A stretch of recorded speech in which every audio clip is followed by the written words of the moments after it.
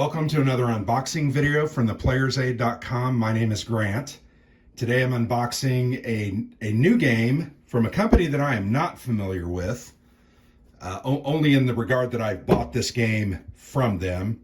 Accurate Simulations, you can see the logo right there. They actually have quite a few nice looking games that appear to be in design and development. Some of them even say release in late 2023. We're starting to get into late 2023, so hopefully those will come up soon. But this game is called Desert Storm, the 100-Hour War.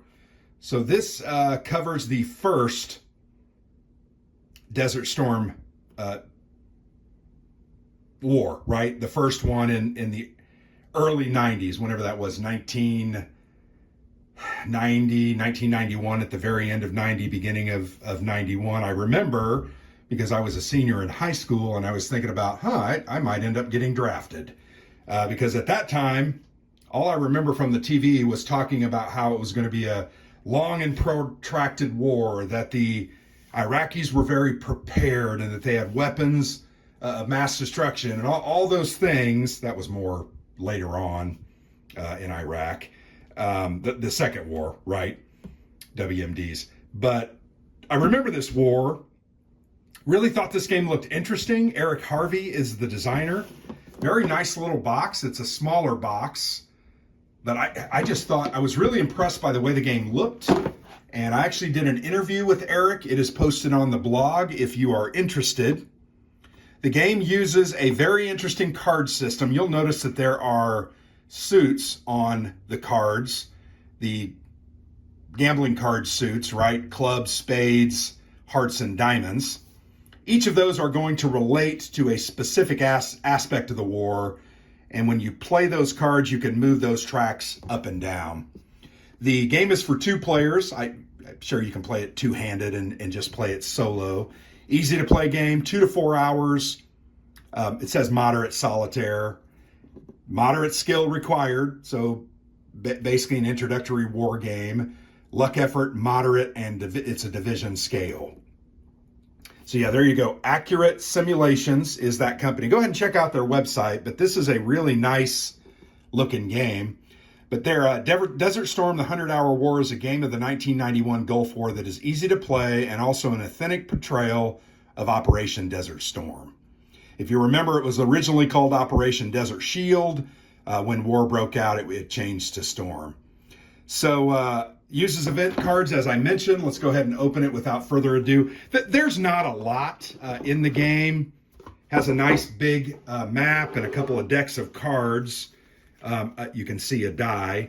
Here are a couple of cards that I think have some errata. They were misprinted. So specifically, they call these 2 cards out. So that's one of the first things that greets us. I know none of us want errata or errors, but I almost believe it's inevitable. It's funny because I write the blog, right? And I go over those things with a fine-tooth comb, and inevitably, there is something wrong with them. Once I post it, I'll see it and have to get in there and change it. So a couple of errata of a couple of cards. 6-sided die, black 6-sided die, nice looking die. And then here are the 2 decks of cards. Let's go ahead and open. And I think they are specifically associated with one side or the other, right? So either the American cards or the Iraqi cards, the Iraqi defenders. That's why they have different colors. But one thing you will notice is that they are dual-sided cards, which I read the rules a long time ago. I don't exactly remember what that is represented. Not a lot of information on this card here, though. You've got the suit, you've got a title, a picture, and then there's a die roll, and it has a game turn. Game turn 1, game turn 2, and once again, you have a backside. So I'll have to get into the rules to better understand how those work, ladies and gentlemen, but nice looking cards. I think they have a nice layout. Love the colors, the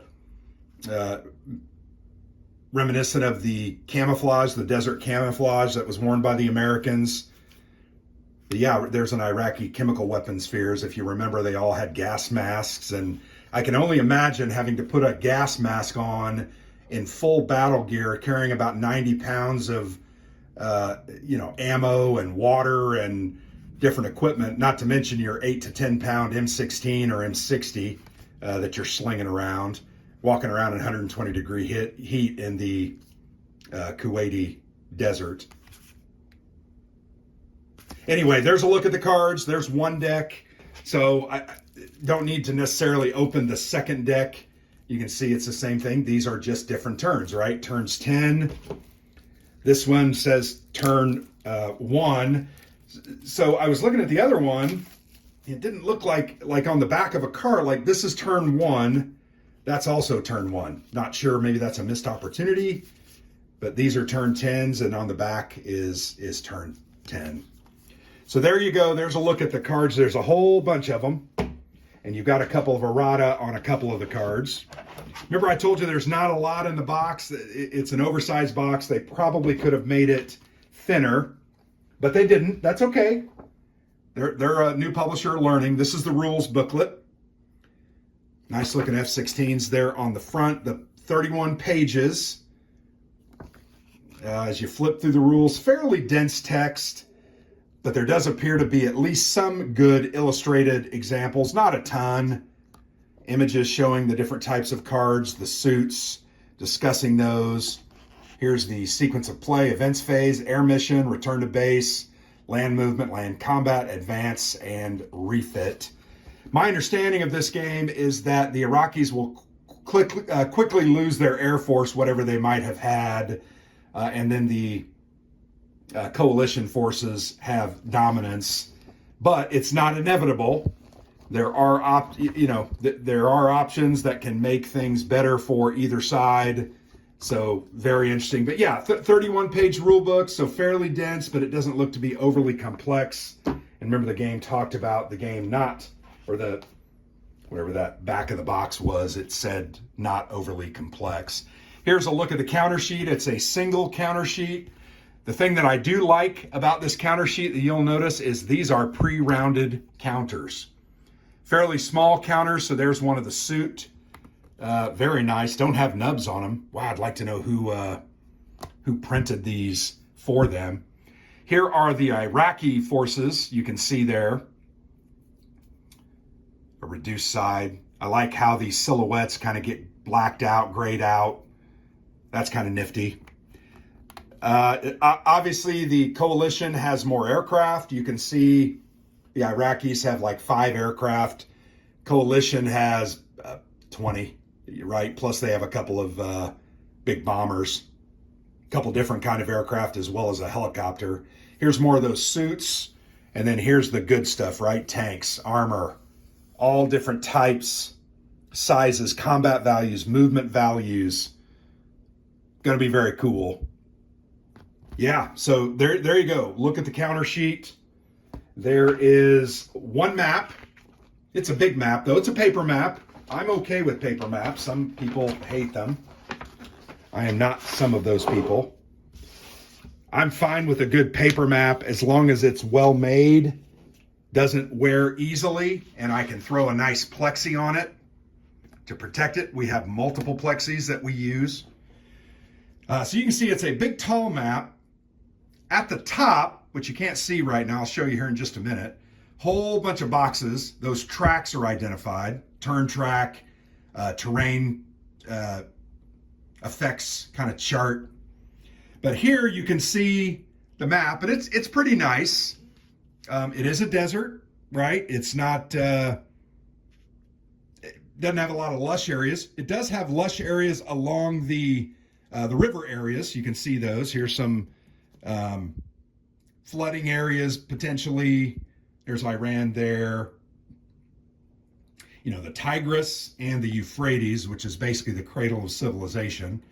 Here you have the Persian Gulf. There's a coalition fleet box. Kuwait City is right here.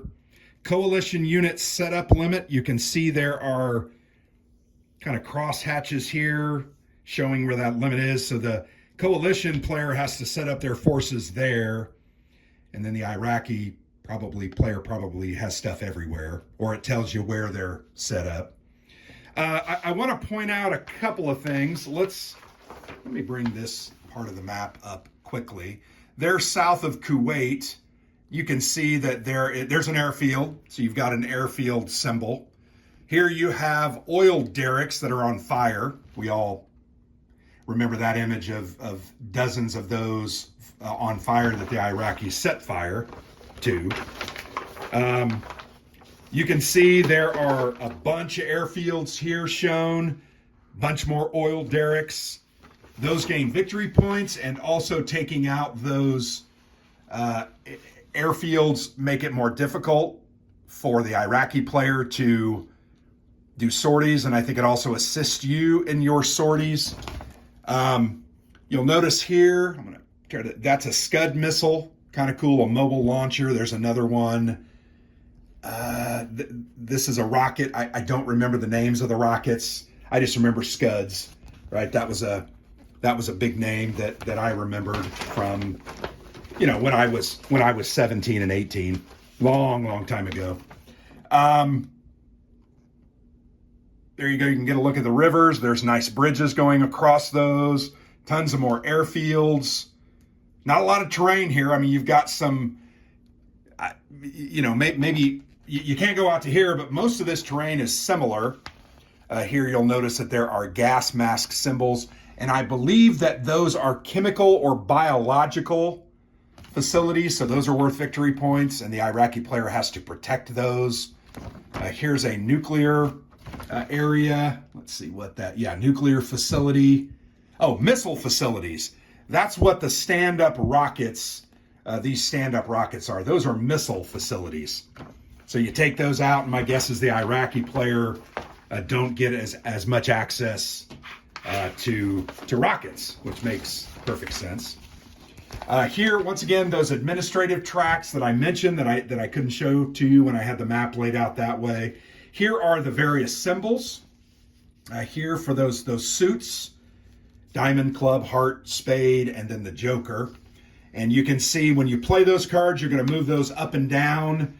And I think that depends or decides what kind of abilities or different things that people have. Here they have various combat DRMs for the different types of terrain: desert, city, town, river hexside, stream hexside, marsh, etc. So modifiers there, and then here you have movement cost. So movement cost is going to change based on the terrain. That's kind of cool. And then there's the turn track. 10 turns. And then here, historically, the different facilities, chemical facilities, rocket, bioweapons, Scuds, are identified on the map with a letter. So that's kind of a nice touch. Inserts some historical information into it. And I know that Eric, when we talked and we did the interview, he was actually very proud of his historical research and work. In fact, I think he called it the most or the best researched first Iraqi war game out there, and who am I to question that? I'm sure that's the case. But there you have it, guys. Desert Storm, the 100-Hour War. Very cool looking war game, hex encounter.